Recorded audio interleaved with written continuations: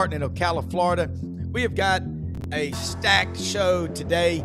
Batting in the leadoff position. Is there a game tonight? Oh yeah, there's a game tonight. Ole Miss and Miami out in Arizona, and I think most of Rebel Nation is there. My friends that are there say it looks like a home game for Ole Miss. The airport full of hotty-totty shuttles and jets, and there's plenty of hotty-totty for them down there. I'll tell you that. Absolutely. And look, do us a favor.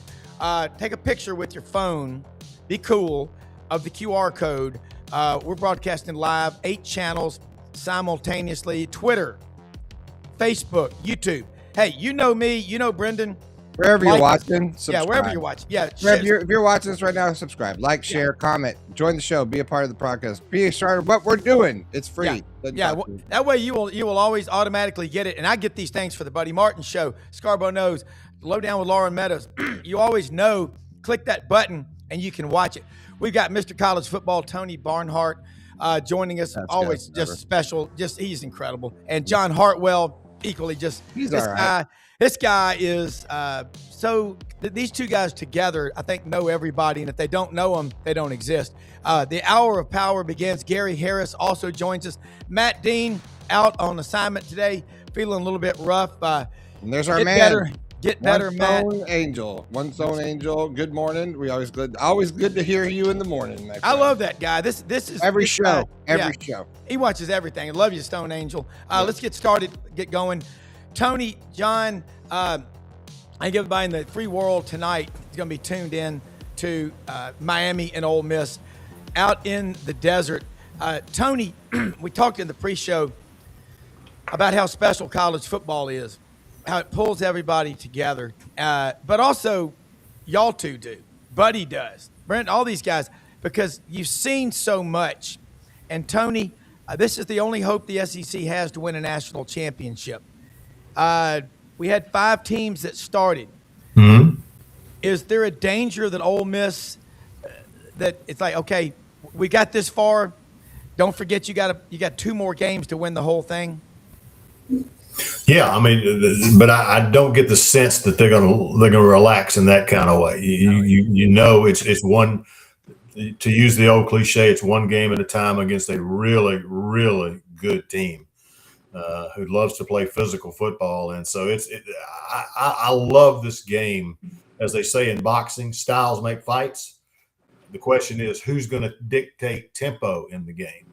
Is Ole Miss going to dictate the tempo with Trinidad Shambliss, or is Miami going to dictate tempo with the offensive and defensive lines? That's what we're going to find out, and it's going to be fun watching. Tony, when you watched Miami, Ohio State, 24-14, Reuben Bain, their front 7, Reuben's the main guy, at the South Florida kid. This looks like a lot of the Miami teams. Ironically, it's not an accident that Mario Cristobal played on from 86 to 90 when he came out of Christopher Columbus High School. Tommy Tuberville remembers going after him and another big lineman, Dwayne Johnson, out of Bethlehem, Pennsylvania. Yeah. Would you agree that this Miami team is pretty darn strong, even though they lost to SMU and Louisville? Yes, and I would say that I've often told people that the one of the greatest football teams that never won a national championship was the Miami team of 2002 when Ohio State beat them for the national championship. Yep. And the thing about Miami, I often said I didn't know if Miami would ever come back, to where they want to be. Yeah. I didn't know if that was possible or not. And if they could win the national championship, you'd have to say they're back. And what I think is neat about Miami is all the former players who come back and who are emotionally invested in that program. From Michael Irvin, I mean, on and on and on. And I think that's a neat part of this story. Oh, yeah. It is. Tony, per capita, Miami players and John give back more than about any other group of former players of any school in the country. I was told that by a guy that's a professional fundraiser. John, jump in here with Mr. College Football, Tony Barnhart. Yeah, exciting day, and as always, great to be on with you guys. Tony, good to hear from you as well. Man, what an exciting day. Yeah, I couldn't help but wear my Rebels gear today. It's been 14 years since I worked there, but I spent 10 years there. And I think I speak for anybody who ever attended school, cheered for the Rebels, worked in athletics, any of those things, today's a huge day. Arguably the biggest day ever in Ole Miss athletics. No slight to Mike Bianco and the baseball Rebels having won a College World Series a couple of years ago. But on this stage and what they have the opportunity to do, and so many storylines, whether you talk about Pete Golding, and I'll say this, and Tony, I'd love to hear your take on this. He has put on a clinic in the interviews that he's done over the course of the past 10 days or so. There's a few curse words in there, but the swearing makes him real. I mean, you've got that storyline. I'm one of those who am trying to ignore the Lane Kiffin side of it. I think that's really a non-factor now. I think it's more motivation for Ole Miss than anything else. But so many storylines, and I agree with Tony. It's going to be a great football game tonight. I think it's going to be another slugfest that comes down to the final 2 or 3 minutes of the game to see who wins.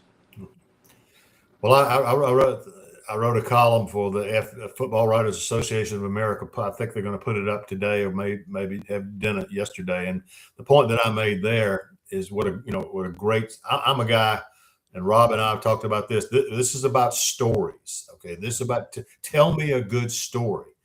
And this is an incredible story. And one of the points I tried to make is what people need to remember. This is not Lane Kiffin's team. It's their team. The players, it's their team. And they talked about the fact that you got Charlie Weiss, I think, is great. But all this other fretting and moaning and gnashing about these other guys, no. Players are going to take care of this. So it is about the players, and that's what makes it such a fascinating story. Tony, when you look at Trinidad Chambliss, his story alone, D2, one, that one right there, and you pick with either side. The number of 34% of this team is kids they recruited out of high school. When they played Georgia last week, Georgia was 91% kids out of high school. So they do it differently. All four of these coaches coach for Nick Saban. How many? This is the most stories that you could go with I've seen in a long time out of a Final Four. No, there's no question about it. And the Ole Miss story, it harkens back to the 1989 NCAA basketball tournament when Steve Fisher took over the Michigan team before the tournament started because Bo Schembechler, the AD, said a Michigan man is going to coach Michigan. And then he goes on. And, oh, by the way, he's got a great basketball team. You go back and look at that team. Wow, holy cow. And they win it all. And so this is that kind of feeling. And the other thing is, this is the SEC's last chance. And but I'm sure that the Big Ten won't try to rub it in if the SEC doesn't win. So no chance of that at all.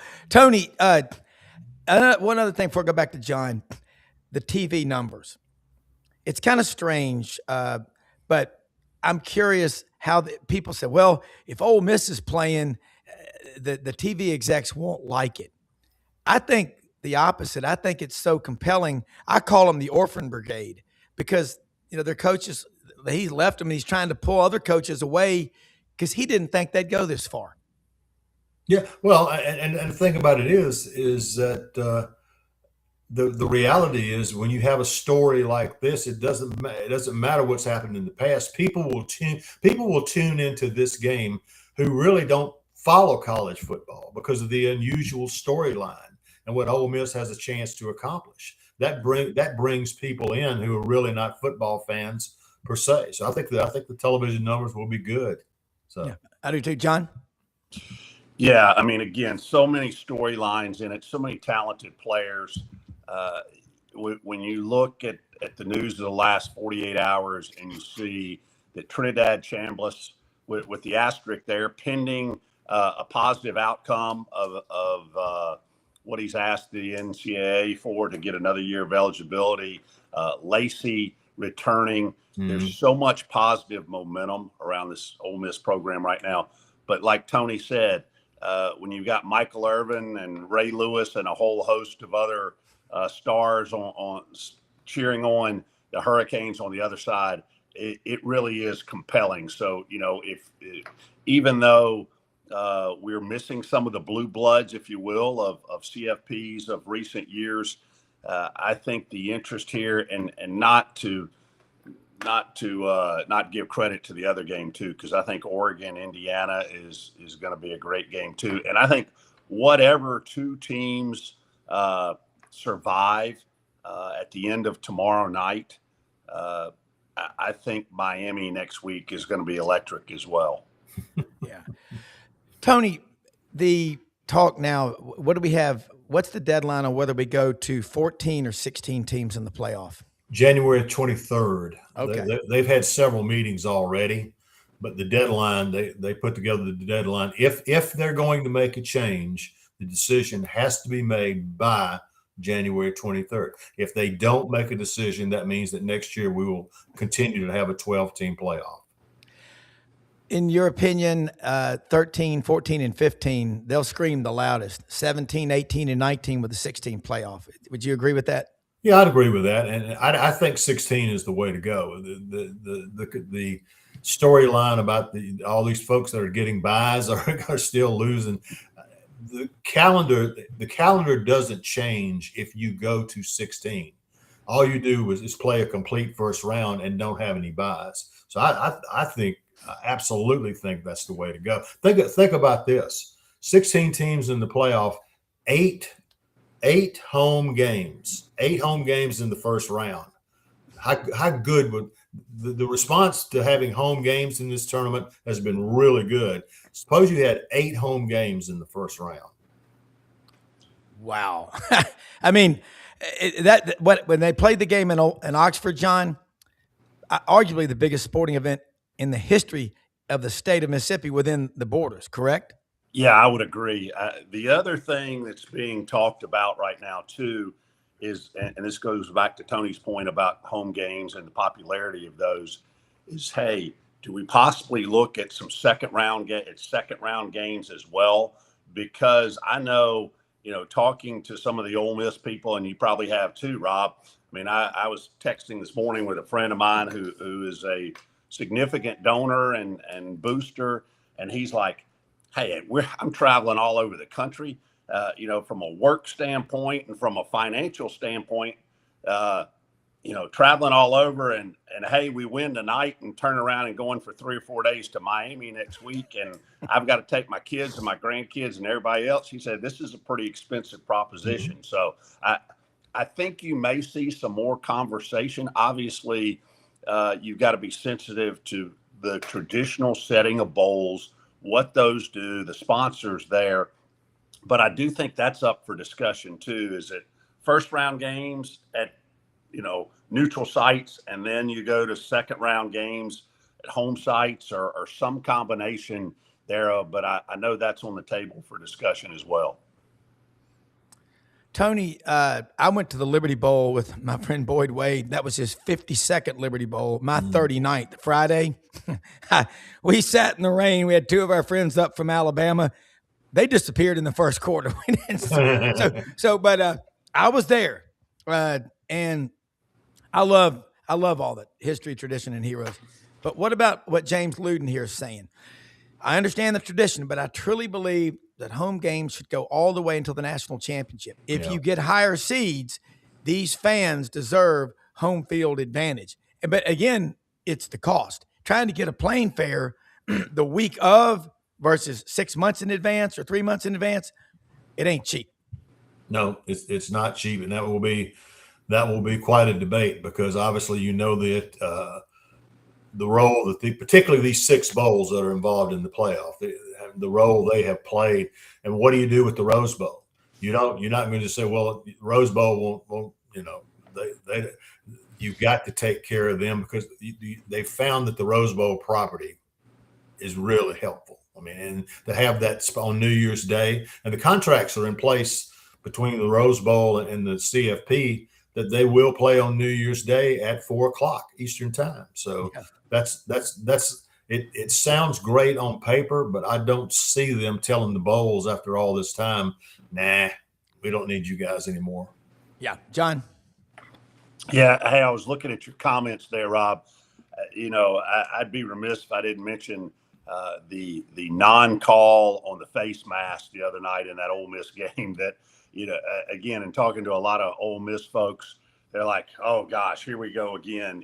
There was a lot of hesitation, especially as Georgia was driving late in the game for a potential go-ahead touchdown. The two officials standing there in close proximity to the face mask, and no call was made. Those folks familiar with Oxford and the Rebels, the old saying, "We are Ole Miss." I think there were some of those ghosts that were screaming at that point. But again, it's a testament to this team and their resiliency that they put that beside them and found a way to win the game. Yeah. Tony, you think about there's usually 4 or 5 plays that determine the outcome of a game. They're all close, but Indiana, what they did to Alabama, talk about that and the roster. Again, go back again. We say it every day. 14 5-stars on Alabama's roster, 0 Indiana. 55 4-stars on Alabama's roster, 7 4-stars on Indiana's. 17 3-stars on Alabama. 60-something and unrateds and never heard ofs on Indiana's roster. Have you had a chance to sit down and talk to Curt Cignetti? What drives this guy? Well, what drives this guy, he has said so many times publicly that his basis is the time he spent with Nick Saban. It was first of all, it's to learn under Nick Saban. I've known Kirby Smart since he was a freshman at Georgia. You learn so much, and that's what has happened. It is it's a special thing. And the coaching is what I find interesting in the sense that it's a situation where people talk about you have this many 5-stars, you don't have. But what you got to remember about that is you're talking about 2 different kinds of pools of athletes. Alabama, let's take Georgia. Georgia obviously builds through high school recruiting and spot pick here and there from the portal. Whereas Lane Kiffin, Curt Cignetti has built a team of players that already had experience. He didn't recruit these guys out of high school. That's why you don't have any 4-stars. But when they get to his campus, he makes them into that level of a player. Yeah. So you really can't compare those two because it's 2 completely different approaches on how to recruit athletes. It really is. And I don't think most people understand anything about his staff. They don't know much about him, but he left Alabama to go coach, John, at IUPU because he thought it was better than where he was. But he may not want to admit it, but Nick Saban, all 4 of these guys worked for him. Mm-hmm. Yeah, Curt Cignetti, he talked about the transition of going from being a Power 4 or at that time a Power 5 assistant coach to going to a lower level to take a head coaching job. He bet on himself, and obviously it has paid off. But I think, again, as we talk about storylines throughout all of these teams, the blue-collar, roll-up-your-sleeves, go-to-work approach of Curt Cignetti and his evaluation of talent, mostly through the transfer portal, has been incredible. And it may not be the most athletic, biggest, strongest, fastest kids. You can take Mendoza out of that because he's a special talent for sure. Yeah. But it's about building a team. And I think that's part of the allure of this Indiana team. And, hats off to them. Again, another place that has been well known for athletics, but it's been about Bobby Knight and Hoosier basketball. And it's another outstanding storyline as we approach CFP championship time. Tony, you get where we are right now. These 4 teams, Ole Miss. The story is it's one of the best. Indiana. Then you look at Oregon, and you think about Oregon, Indiana, Miami, and Ole Miss. Dan Lanning, I know you know him from his time at Georgia. He was a GA at Alabama. Hell, Ellis Johnson was talking on the show Monday. He goes, Brendan nicknamed him Tom Cruise. He goes, Joe Judge was my GA. I mean, it's a small world where all these guys are coming from. But and talking to a friend who really knows that Ole Miss staff yesterday, look at the staff that they have at Ole Miss. Mm-hmm. And then look at Dan Lanning's staff. What is it about Dan Lanning? He's a fiery, get after your, from Olathe, Kansas, right next to the former NCAA headquarters in Shawnee Mission. All right. Well, actually, I got a chance to meet Dan when he was at Georgia and was very, very impressed with him. Yeah. And when the Oregon job came open, he got that. I said, you know what, he can really do something with that situation because you have the financial resources. Yeah. Now you got to go recruiting. Give Mario Cristobal some credit too. Okay, he did some very good recruiting to get that program launched. And so Dan Lanning's been on a lot of short lists. Okay, but he looks around and goes, what did Al McGuire say? Don't mess with happy. Yeah. He's got a really good situation, and he's one game away from a national championship. Yeah, everybody's got to wear shoes, guys. I mean, Nike, and a lot of them are Nike. So that's what it. John, jump back in. A few more minutes with Tony Barnhart, Mr. College Football. And those of you watching, please share us and like us, Facebook, Twitter, YouTube, and we put reels out. One thing about having Tony Barnhart on here too, there's a lot of great content, a lot of great reels. So you'll learn a lot every time. Yeah, the other story playing in here now is the DeMond Williams Jr.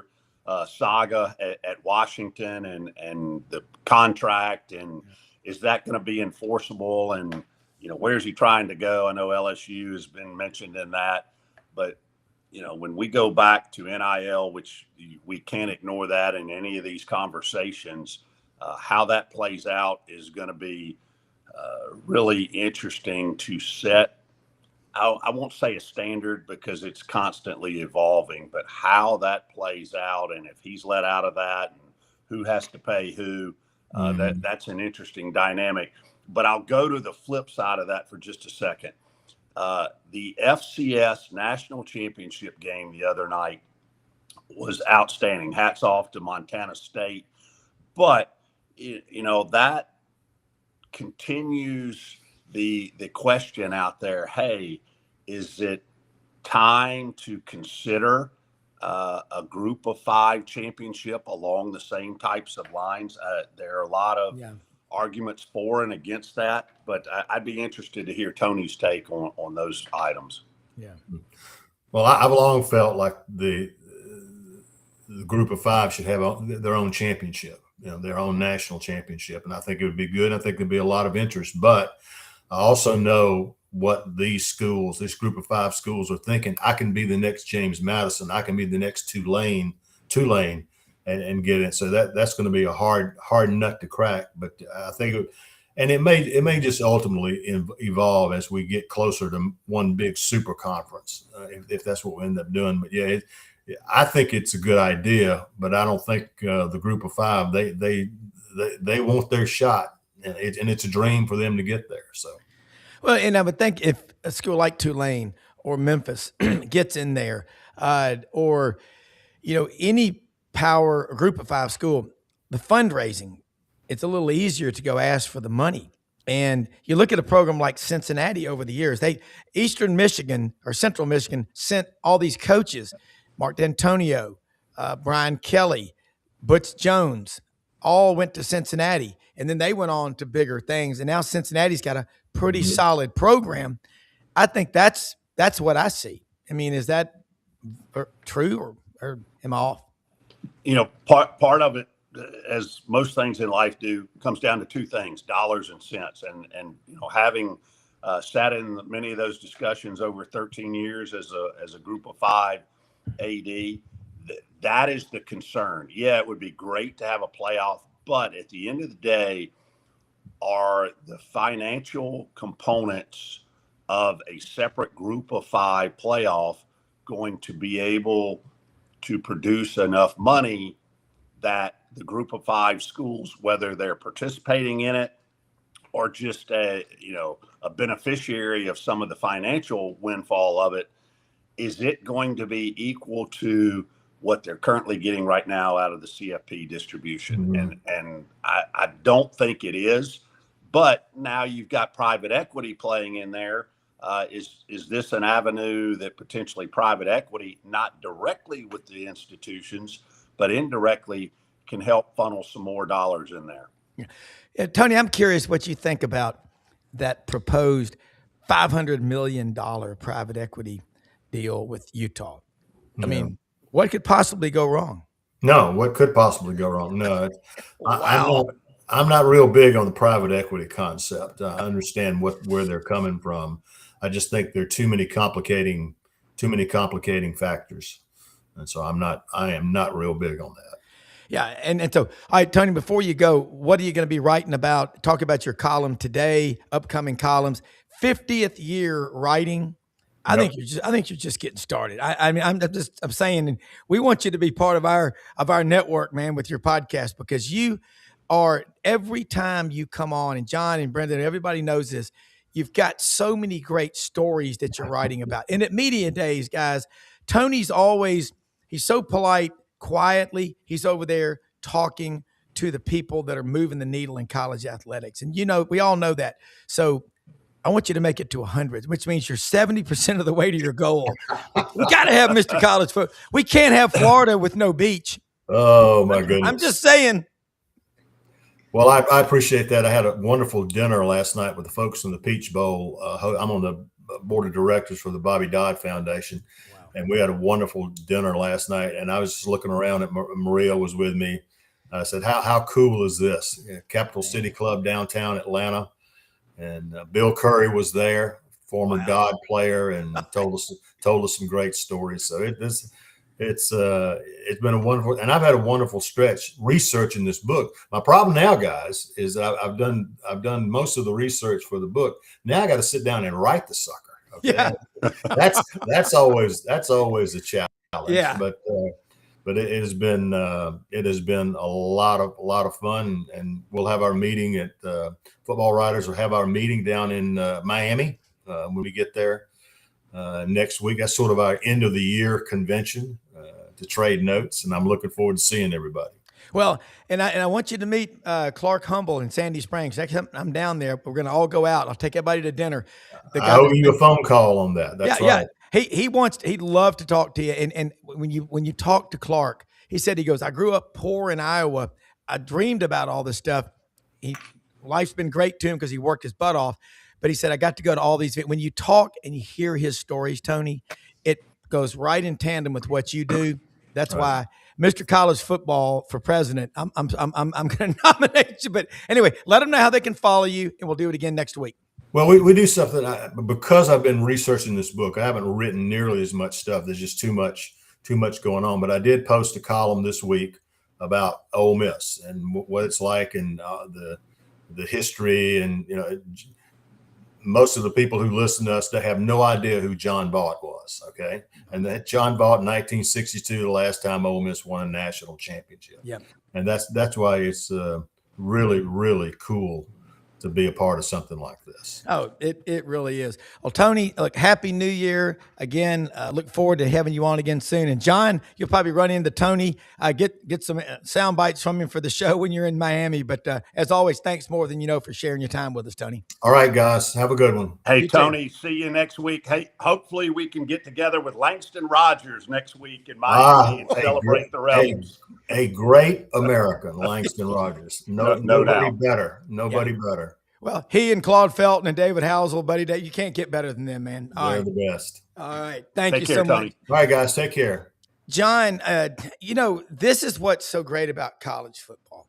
And I mean, Brendan, you talk about, the luckiest people, not like he worked, but I mean, growing up with Buddy, your dad, the things you get to see, Terry Bradshaw comes to see you in high school, the people that you meet. I remember talking to Ralph Jordan Jr. is a friend of mine, Shook Jordan's son.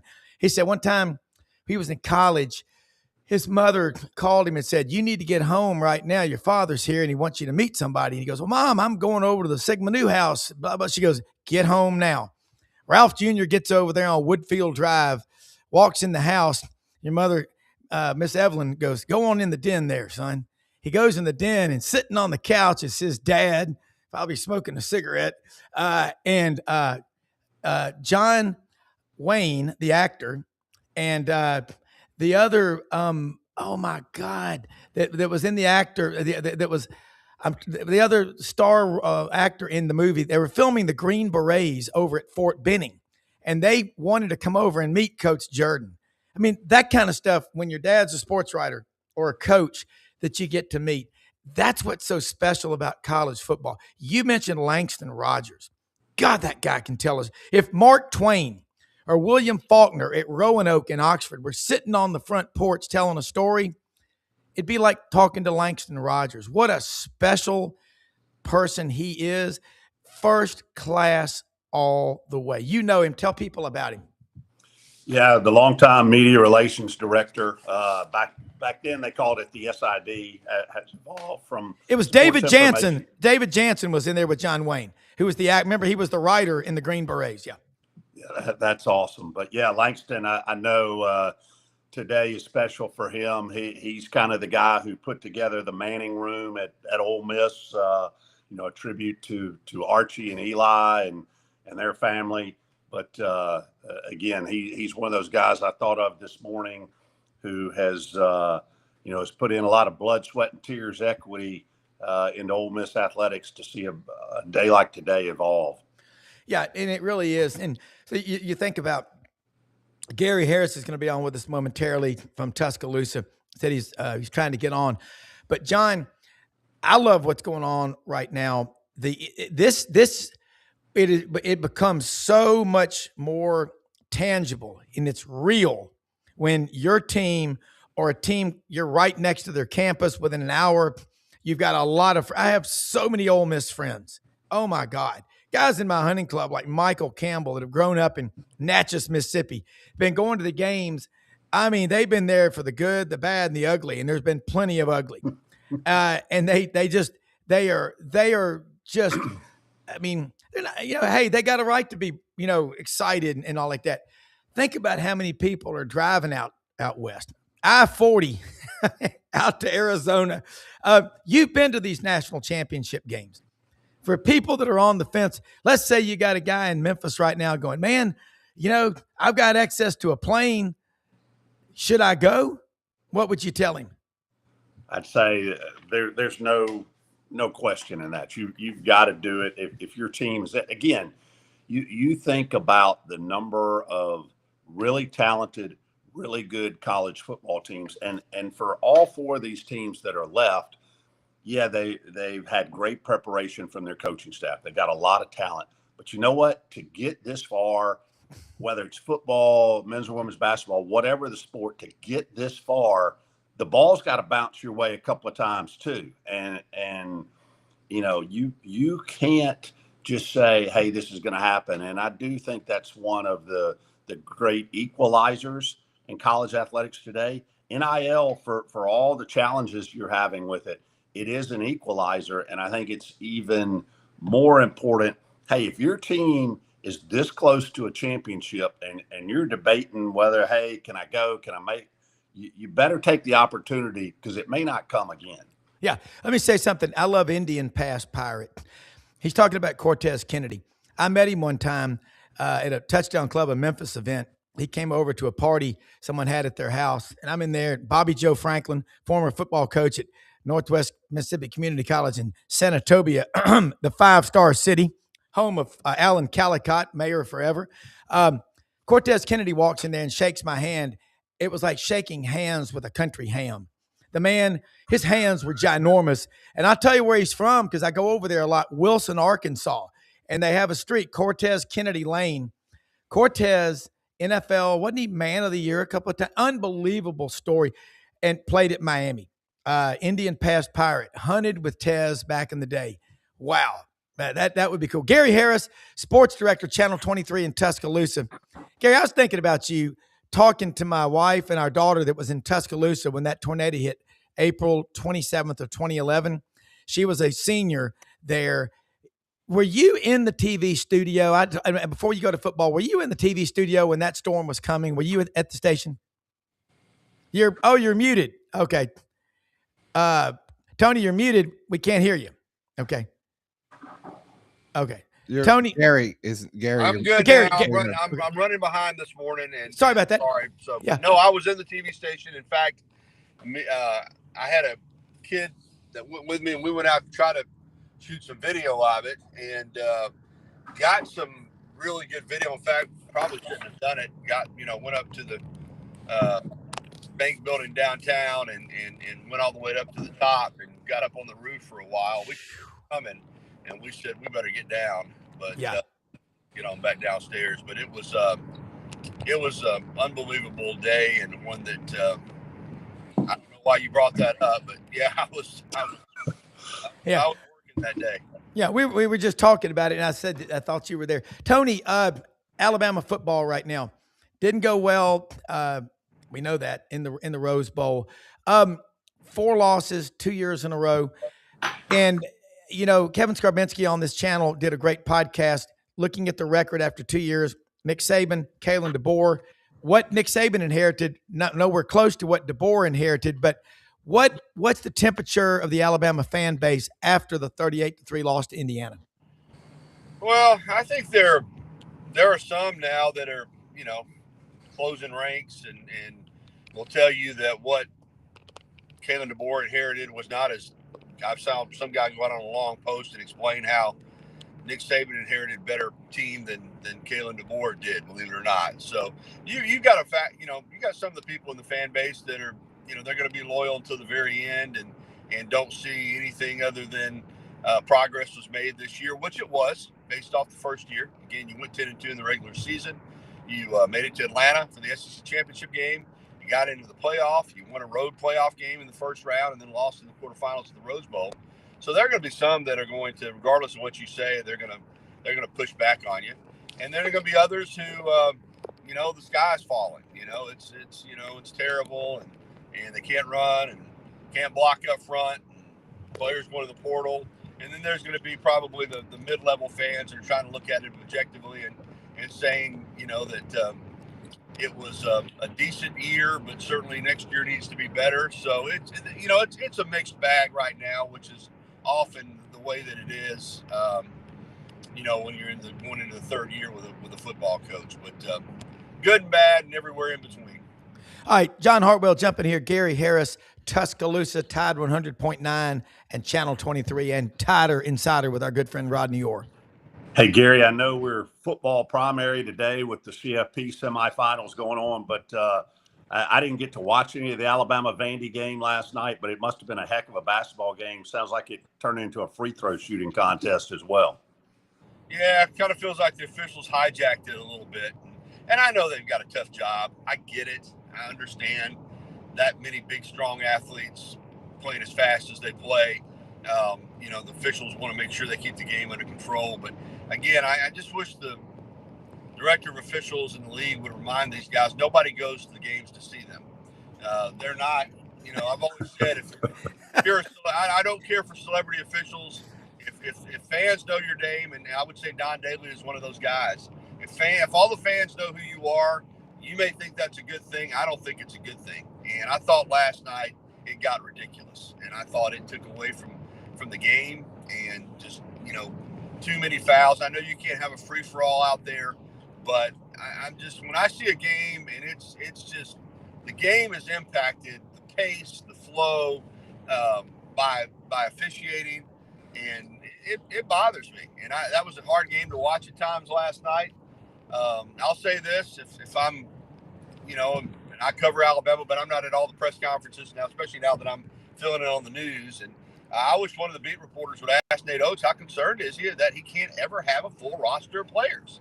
I mean, he hasn't had his full roster available to him a single game this season. Last night, Sherelle was out, and then Philon went down with leg cramps and couldn't return to the game. I think they got maybe 18 minutes out of him, and you're playing the number 11 team in the country on the road, and you lose 96-90. I mean, you'd like to think if you'd had Aiden Sherelle, and then if you had Philon, who had 18 points when he went out, if you'd had those guys available for their entire, for the game, that you'd have won the game. But that's part of it. But last night Vanderbilt's a good team. Obviously, they were undefeated, and we've talked about this before. Nate Oates is just blunt. I mean, he just says what's on his mind, and I think a lot of times he doesn't even mean anything by it. He made the comment about Vanderbilt had not played a tough schedule, which is true.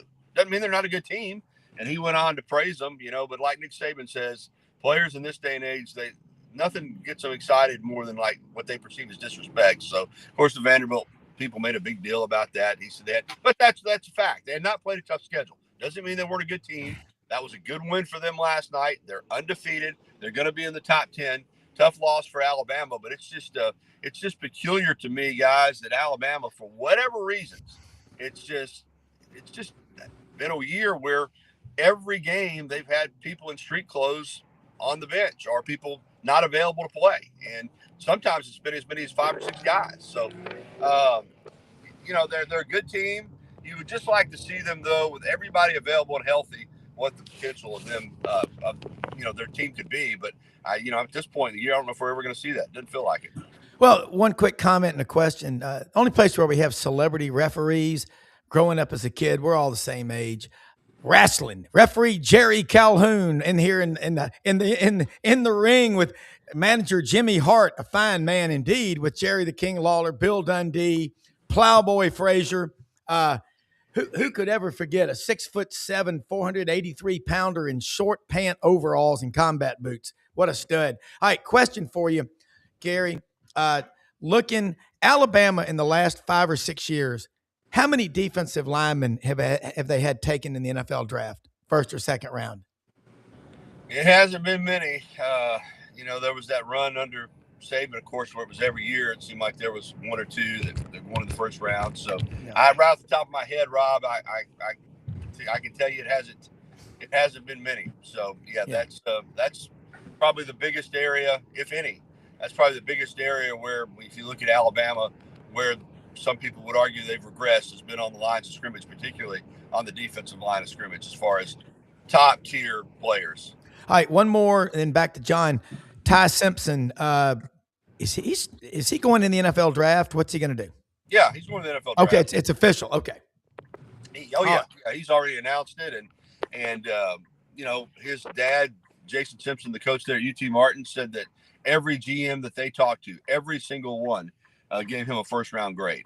And so when I saw that he was coming out, I figured that was the case, because I don't think they would go into the draft unless they felt really confident that he would go in the first round. So, he's not transferring to any other school, and he's not coming back to Alabama. He is going to enter the draft. All right, John. So, in follow-up to that, Gary, is Alabama shopping? I know they've got a couple of talented quarterbacks at QB2, QB3 this past year, but are they in the market in the portal at all for a quarterback? You never rule it out, because of the fact that, sometimes coaches want to make sure they got an experienced quarterback on the roster. But I don't, they're bringing in 2 freshmen as well, and they've got the 2 returnees. They're high on both of those guys, really high on Mack and Russell. So it's not my expectation that they would sign a quarterback unless they signed a guy, that was not going to cost them a ton of money as far as NIL is concerned, and understood that he was coming in maybe just to be an emergency quarterback or a mentor or something like that. But I don't think they're going to try to sign a top tier quarterback out of the portal. They got other priorities. I promise you that.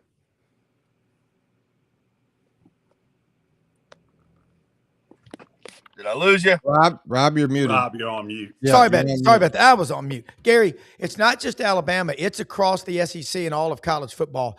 Offensive line play is pretty much awful. Few teams can just line up and run the ball down your throat when they have to or really want to. Alabama one time this year, they had Jam Miller go over 100 yards in a game. There was the game that they won against Oklahoma. They averaged 4 feet per rush, but they still won it, 28 yards on 25 carries. Is that a sign of the times, or does Alabama need to look for a new offensive line coach, in your opinion? Well, if it's a sign of the times, then Alabama fans aren't going to be happy, because as you just shouted those numbers out, and I think in the Rose Bowl it was 17 carries for 23 yards. I don't know. Maybe I'm not a coach. My feeling is, regardless of what your scheme is, you got to be able to run the ball some. I mean, you got to keep the defense has to feel like, if they get spread out too much or commit too much to, safeties deep down the field, that they can get gashed in the run game. And if they don't have a fear of that, it's going to be a lot easier to play defense. I think Alabama's got to be better in the running game going forward. And now, the reasons for that, I can't really tell you, Rob. If it's the offensive line coach, Kapilovic is still here, or if it's the scheme or the running backs, it's a combination of all of the above to me. But if I'm an Alabama offensive coach, I'm going to work on a way to get a running game that's more effective. Now, I also believe that they want to still, I don't think their scheme is fully introduced offensively in regards to feeling like they've got a quarterback in either Milroe or Simpson who fits their template, which was a Michael Penix, a guy who's going to catch the ball, process it, get it out of his hand in 1 point, whatever seconds they want it out, and get it to the receivers and let them get yards after the catch. I mean, I think they want to do a lot of stuff like that and spread you out and then try to find those seams for the run game. So I still think their offense is evolving, but regardless of what they're doing, I can't see this running game at this level leading them to a championship. I think they've got to be able to run it better. Yeah, John. Yeah, it's interesting talking about running games like that. I was talking to somebody in the football world who I trust a lot the other day, and was talking about the offensive line play for Army and for Navy. And when you look at those offensive lines, most of the people they're playing against are not, who their competition is bigger, stronger, faster, but that the offensive blocking schemes for those schools. And he talked about, why more people have not spent time either directly with those coordinators or offensive line coaches. But you watch Alabama the other day, and you think all the way back when I was a kid, the Johnny Musso days, way back when. Alabama has always, the staple has been their ability to run the football, and that's obviously was not there for most of the time this year. See, a question about Kevin.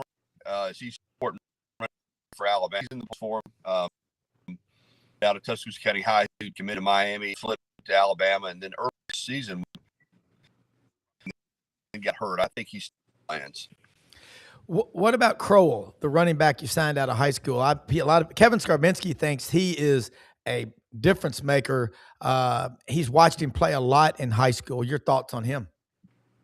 Yeah, E.J. Crowell is a guy that he's one of the best high school running backs the state has ever seen out of that powerhouse Jackson Aggies program down in Southwest Alabama. Yeah, based on what you see from him in high school, you would assume that he's going to come in here and make an impact. At the same time, I thought A.K. Deere out of Quitman, Mississippi last year would make an impact. And, when he got here, word was, he did stand the nuances of pattern this and that, and that there's only running back in this system other than just ball in your hands and running with it. So I don't want to be, presumptuous and assume anything. But yeah, I think Crowell is a next level talent. I think he was special in high school. He reclassified so he could hear a year early, like Ryan Williams did. And I'm assuming that he's, in their plans, and I hope he can come in and learn whatever the nuances needed to learn, because I think at some point in time, if you got a talented ball carrier, you need to get them on the field and get the ball in their hands. So I'm hoping that's what we'll see with Crowell. All right, before you go, got to ask you, tap into your smart brain. Ole Miss Miami tonight. What do you think happens? Who you picking to win? Well, I think we've all talked about Trinidad Chambliss. I know you guys have. Fernando Mendoza deserved the Heisman Trophy, no doubt in my mind about that. But I don't think there's a quarterback. Of course, only 4 of them playing, but that was magic what he did in their playoff game against Georgia. So I think he's phenomenal. I like that defensive front for Miami. I just think that what they were able to do against Ohio State, how disruptive they are. The key for them, I think, is Beck. He doesn't have to be great, but he's got to be good. He can't be bad, Carson Beck. I think it's going to be a really, really good game. I'm leaning toward Miami, though, just to be honest with you. All right, John. Yeah, I'm gonna have to go the Rebels. I think it's going to be a really good game. I do have some concern about Carson Beck's ability. I think this is going to be a problem for the Rebels. Carson Beck has played in big games before. He's going to be prepared for this, and the Ole Miss secondary has got to show up tonight to give them the opportunity to win. Yeah, but I think I'll go Rebels. All right. Gary, what are you talking about on your show this morning? I got the Tide 100.9 app on my phone. Everybody should put it on there. Tide 100.9. It's nonstop on Alabama and all college sports. Well, I got our pal, Coach Ellis Johnson, on at 9:30 to break down. Love him. College football playoff semifinal. Also, he'll analyze what went wrong for Alabama against Indiana. Haven't seen many games where Alabama got a beat down like that. And I was going to say D. Orlando Ledbetter, but I moved him to tomorrow because Arthur Blank's got a press conference. He's normally on Thursday. But I think he was surprised that Arthur Blank pulled the plug on Raheem Morris. But we'll talk about tomorrow that, and we'll take phone calls. Also, Jeff Spiegel from ABC 3340 in Birmingham will join me, and we'll get started here in about 4 minutes. So I guess I need to go. All right, Jeff, well, make sure you call him Tom Cruise. He loves to be called Tom Cruise. Yeah. Okay. My nickname for him. He does love it because he is Tom Cruise because he's the coolest former coach ever. So anyway, he's still a coach. Cool. All right, guys. Thanks. Yeah. Thank you, Gary. Sorry, I was thanks late more today. than you know. Hey, thanks more than you know, man, for sharing your time. Look, I'm Brendan. These coaches, they just get, what they've been through, what they've done. Talking to some friends yesterday that really know college football while I was at the park on the river with the dogs. Just, man, there's so much cool stuff happening. John Hartwell, about John Sumrall, look at what he's doing at Florida. You've known him since high school. There's just something about him that's old school, new school. It's both. He understands it, and his ability to connect with the fans, the high school coaches, and his players. But he's a truth broker more than anything else. That's what I see. You win at Tulane. He's been a coach 4 years, head coach. He's played for the conference championship every year he's been a head coach. Yeah, I mean, you see some of the commentary about DJ Lagway and him not staying in Gainesville. John doesn't shy away from that. He said, "Hey, great kid, wish him the best." But he made the decision that not going to be in this program. We're moving on, and that's the way John is. He's a pretty matter of fact. What you see, what you get. Much like Pete Golding. I mean, again, I mentioned it earlier. I think that's why the players have bought into Pete Golding. He's real and he cares, and you can tell he cares. It's not lip service what he's doing. And student athletes are perceptive. They know when you really care, and they know when you're bullshitting them to, just to get them to do what you want them to do. And and both of those guys, Pete Golding and John Sumrall, have that ability. I'm not saying, hey, you're better off being a defensive guy, because both those guys are defensive guys. Obviously, Kirby Smart, Dan Lanning are defensive guys, but there is a little bit of something in the sauce that those guys have a realness to them that players buy into and believe. Yeah, John, you're very close friends with. I think people should know that you're just not talking off the side of your mouth here. You actually know John, coach, for a while, and I think people should know that. I think that's important. When you see these, or you hear the criticisms like, well, these other coaches advance, and Cignetti's got advance.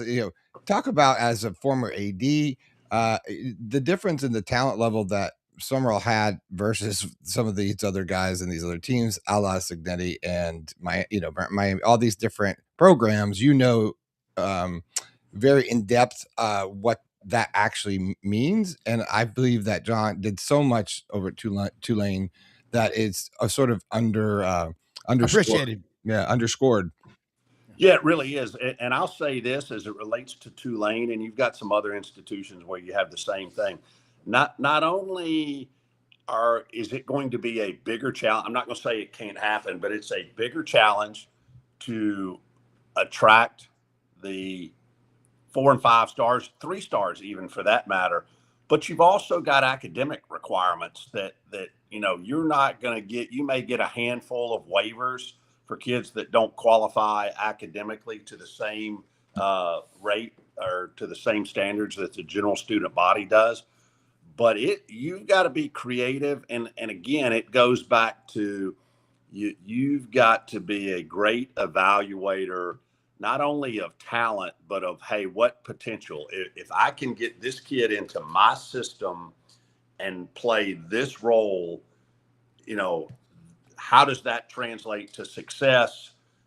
Not just in the American Athletic Conference, but when you're playing the Dukes and the Northwesterns and people that, Tulane beat this year. And I give that to Kurt Signetti too. I mean, it's much different what he's recruiting at Indiana than it was at James Madison, but it's the same system that has success. And I think you're going to see John do that, take that transitioning from Tulane to the University of Florida, from the American to the SEC, and still have high levels of success. Well, you have to, as a coach, wherever you go, you got to love where you are. You got to love the people. You got to reach out to them. And that's what I see him doing. And I'll tell you another one. Go up to Ryan Silverfield. We talked about Lane Kiffin, what he did in the portal. 66% of his team this year, well, he's gone now, but was kids mostly from the portal. 34% were high school kids on that roster. Silverfield last year at Memphis, 71 new players, high school in the portal. He's doing the same thing at Arkansas. Dave Bartu, College Football Matrix, hempforpros.com, said on the Monday show on this very channel, he said, talent-wise, Indiana's about number 33 in the country. Look what they're doing. You know where Arkansas is? 34th. It's about coaching. And I think there's these coaches that have come up from the American Conference, John, they are hungry. I'm not saying they're PhDs because they ain't poor because they've been coaching college football, but they're hungry, desperate, and determined because they've got a chance. There's only 16 of these SEC jobs in the world. That's a hell of an opportunity. John, we've got to wrap it up. Yeah, but we can go a little bit. Okay. We were a little late this morning. Okay. I just wanted to, we got to talk gambling because it's a huge part of this sport. So the spread's 3.5 favoring Miami. Hartwell, what you got? I still stay Rebels. Give me the Rebels. Okay, the Rebel and the point. You're taking the. I'm going to take the Rebels straight up, and obviously the points are just gravy. Okay, so straight up, and you're taking the book. I got it. Okay, well, I'm looking for your dead lock. I'm looking for the Hartwell lock of the game is what I was looking for, but I didn't so much get that to go bet the house. Yeah. I like them to win the game. I really like them getting an extra field goal and half a point.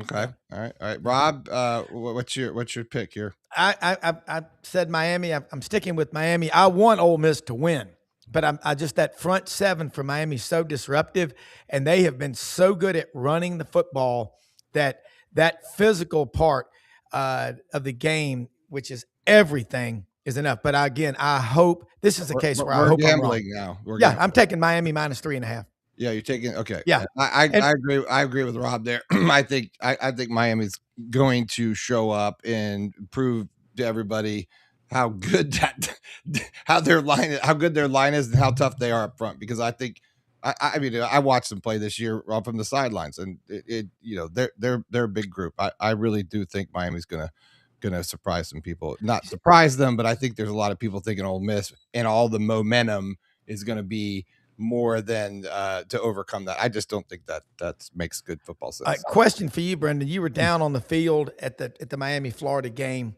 Many years.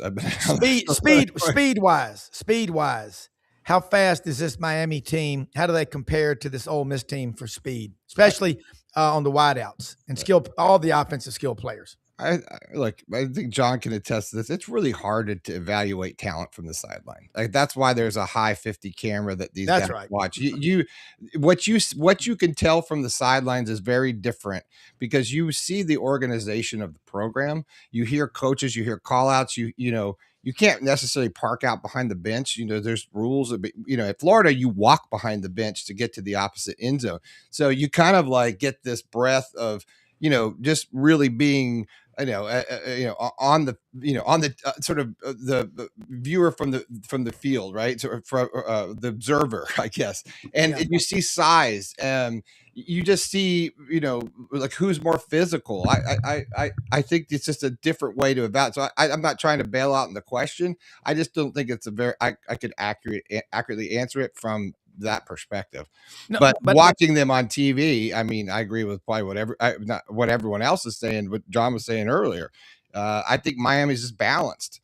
I think that's good coaching. I think that I've liked, Cristobal for a while. I know he gets a lot of crap, but I just think he's a good coach. And I think that's what we're going to see. I think that this is where, you start the separation. I think the Ole Miss thing is going to sort of, is it a trap game, right? Is it too emotional? We're still dealing with younger people here. I don't know. And any given Saturday, right? So, well, you've got to, what you got to do is play within yourself and not get too caught up and start hyperventilating. And John and Brendan's right. That's why most coordinators are up in the box. You see it so differently, a flyover versus being at ground level. I will say this. Well, they're right next to the refs usually. So where they're doing replay, you can sometimes, a lot of times they'll be right there in the skybox up there in the media boxes. Well, and another thing, John, I want to ask you, as an AD, you're always up in the box at a football game, aren't you? No, well, I am at times. You're on the field.